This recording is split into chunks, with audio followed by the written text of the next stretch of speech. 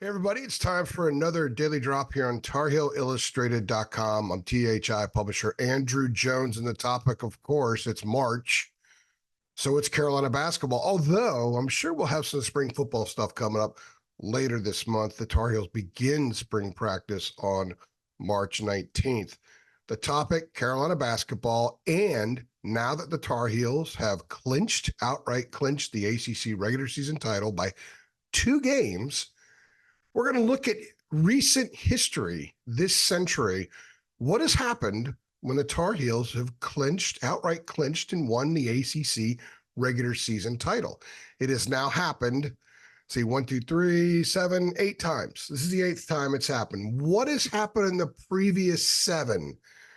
I covered all 7 of those teams, so I can offer a little bit of reflection on each of those groups. And there are many similarities and a few differences. I'm not going to go too in depth. This is going to be more of a snapshot look at the previous outright ACC regular season champion. So let's go back to 2005. That club, Roy Williams' second team, outright won the ACC regular season. Sean May, Rashad McCants, Raymond Felton, Jawad Williams, Marvin Williams, Melvin Scott, Jackie Manuel, you know the bunch. Well, they outright won the ACC regular season. They did not win the ACC tournament title, which, by the way, was in Washington, D.C. And they ended up winning the national championship, Roy's first title. So the first Carolina team this century to outright win the ACC regular season also won the national championship. The next team to do it was 2008. They outright won the ACC regular season. They won the ACC tournament, beating Clemson and Charlotte, and then they reached the Final Four where they lost to Kansas. That club had some fuel for the next year. They returned. I still think this is the last great college basketball team, 2009. Tyler Hansbrough was a senior, but Ty Lawson passed him by that year, won ACC Player of the Year. Tyler, the year before, was National Player of the Year. That club was loaded, obviously. Danny Green. You had Wayne Ellington, who was the MOP of the Final Four that year. The Tar Heels in 2009 lost in the ACC semifinals. And then they won the national championship in Detroit, clobbering Michigan State. 2011 was a club that kind of started slowly and got rolling, especially once Roy inserted Kendall Marshall into the lineup as the starting point guard, and Larry Drew said adios. That club was not a great team, but it really built steam as the season went along. They outright won the ACC regular season. They got to the regional final where they didn't play well down the stretch and lost to Kentucky. I'll never forget that game because Ashley Judd was sitting behind about 2 paces behind me and was very loud throughout the entire game. So us on press row were having a little bit of fun with that. That club reached the Elite Eight. The following year, 2012, was basically the same team, and they were outstanding. That was a phenomenal college basketball team.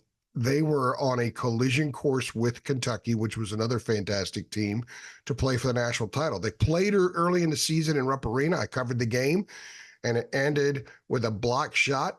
John Henson had a shot blocked at the buzzer. Otherwise, Carolina perhaps had the shot gone in, would have won the game. So people wanted to see them play again. But Creighton, still a team that Carolina fans hate, player from Creighton, crashed Kendall Marshall to the floor, breaking his wrist. Stillman White had to play point guard in the Sweet 16 against Ohio, and then the regional final against Kansas, and the Tar Heels came up short, falling to the Jayhawks in the Elite Eight. 2016, the Tar Heels outright won the ACC. They won the ACC tournament in Washington, D.C. Joel Berry was the most valuable player, the Everett Case Award. And they reached the national title game where they lost at the buzzer to Villanova. And then 2017, which was the 16 team minus Bryce Johnson and Marcus Page. Remember, everybody said, how are they going to replace them? No problem. Tar Heels outright won the ACC. They did not win the ACC tournament that year. They lost to Duke in the semifinals in a game that Carolina fans were not happy with Roy for standing there with his arms folded and not calling a timeout as the Blue Devils went on a huge run. But that's okay because the Tar Heels a few weeks later cut down the Nets in Phoenix, won the national championship, beating Gonzaga. Carolina has not won the ACC regular season outright since then. They did it this weekend with the win over Duke, and they did it showing a lot of stuff that all of those teams had. There are common threads. One of them is talent. Now, this might be closer to 2017 talent than 2009 or 2005 talent, but that's okay because 17 won a title as well. This club is grittier than 17, and 17 was gritty. This club can race up and down and score in bunches like 05 and 09 and even 17. I think in a way they might have a little more firepower at times than 17 did. 17 had a very good bench. Remember, Tony Bradley was on the bench. Luke May came off the bench to win the MOP in the South Regional in Memphis. I don't know if this club has a guy that could come off the bench and win MOP, but they get a lot of help. Just this past week, Jalen Washington had a 10-point game against Notre Dame, hit a couple of threes, and then Jalen Withers was awesome in 11 minutes. That was as an impactful 11 minutes as you could ask for a guy coming off the bench against Duke. He had 8 points and 8 rebounds in 11 minutes. 4 of his rebounds were on the offensive end. 3 of them were tip-ins for baskets. The other one, he rebounded a missed shot and put it back in a transition situation that started with him blocking a shot at the other end against Duke. So, and of course, Seth Trimble had 6 points in both games last week and was impactful as well. It was excellent defensively against Duke. So I think this bench is plenty good enough to be a part of a team that challenges for a national championship in Phoenix. So I think it's important that people understand the kinds of teams that win regular season championships in a league like the ACC. They have to be able to prove they can win in a variety of ways. And all of these teams have done that. Going back to 05, right on through this year. This year, maybe more so. I think this year's team has probably had to be more resourceful than some of those other teams because they didn't have the degree of talent 05, 08, and 09, 11, and 12 did. A little bit more like 16, and Bryce Johnson was incredible his senior year, but RJ Davis has been incredible this year, so that probably cancels that out some. So this club's had to be resourceful. They have proven they can win in every manner. And if you go back and look at the last month, they have had big-time flare-ups from a bunch of different guys. Cormac Ryan has led them in scoring in their last 2 road games, and it was at Virginia and at Duke. Pretty good sign. Also, if you look at Cormac's other biggest games, his second highest scoring game was against Kentucky and Atlanta back in December. He went for 18. There was 18 at Syracuse. So Cormac is showing a knack for stepping up in these big situations. Doesn't matter who the opponent is. He can rise to it. He's totally unfazed by it. Harrison Ingram has settled into doing the Harrison Ingram stuff. He went for 14 and 10 against Duke. Earlier in the week, in just 23 minutes, he went for 11 and 14 against Notre Dame. He has 14 double-digit rebound games in ACC play. Carolina's 12 and 2 in those games. He has 11 double-doubles on the season. Carolina's 10 and 1 in those games. And I haven't even talked about RJ or Armando, really. You guys understand what that is, what those guys do. So I think X factors moving forward for this team to continue the trend of regular season champs, and that is at the minimum reaching the Elite Eight. Elliot Cadeau's got to avoid foul trouble. They've got to get production from somebody off the bench. They need a flare-up game from Harrison or Cormac on the perimeter. They don't have to hit 6 threes like Cormac did at Duke, but getting in the 15, 16, 17-point range would really be big. And they have got to go to Armando in the right situations. Armando gets a lot of crap from people, which is not right. It's not fair. Yeah, he missed a dunk the other night that was highly challenged. There are a lot of times where they miss him when he has a man sealed. They need to be better at getting him the ball in the right situations, getting him the ball 12 feet from the basket where he has to bang in and make a move on a guy isn't most conducive to his skill set. He can do it against certain guys, but when he's got a guy sealed, you got to get him the ball. So those are some things this club needs to be a little bit better at. And the other thing, too, is this club pulls the ball back too soon late in games when they have leads. It nearly bit them in the rear Saturday night. If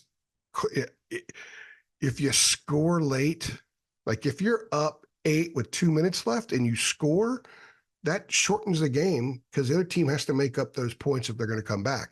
But if you don't score and you end up getting a crappy shot, the other team can get a little mojo going. They can get a run out and then get a bucket. And suddenly it's a 6-point game with the same amount of time left as it would be a 10-point game. So I think there are a few things that need to be shored up with this team or need to occur.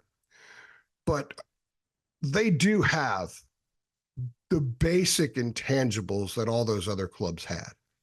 And maybe, and I'm going cliche here, guys, maybe this team has more guys that wear hard hats, and their hard hats are harder than some of those other clubs. And I think that they need that in order to advance. So it's pretty cool. When you look at history, and history often is a medium in projecting the future, or at least gauging what might be in the future, I think it's fair to say that North Carolina teams that outright win ACC regular season titles are fully prepared to make a long march in March. And I think this club falls in line with the previous ones that have done so this century. The minimum is Elite Eight. All 3 national champs were outright ACC winners this century. So that's a phenomenal stat, a pretty neat connection, and one to take a look at here in the next few weeks to see if this club can join that company as being the next ACC regular season champ from North Carolina that at least reaches a regional final. If you like this video, go ahead and click like. If you're excited about the Tar Heels beating Duke and outright winning the ACC, please click like.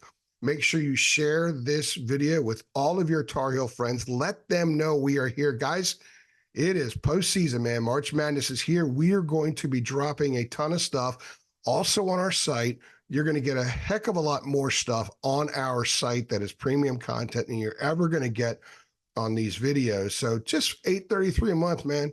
Go on over there, check us out.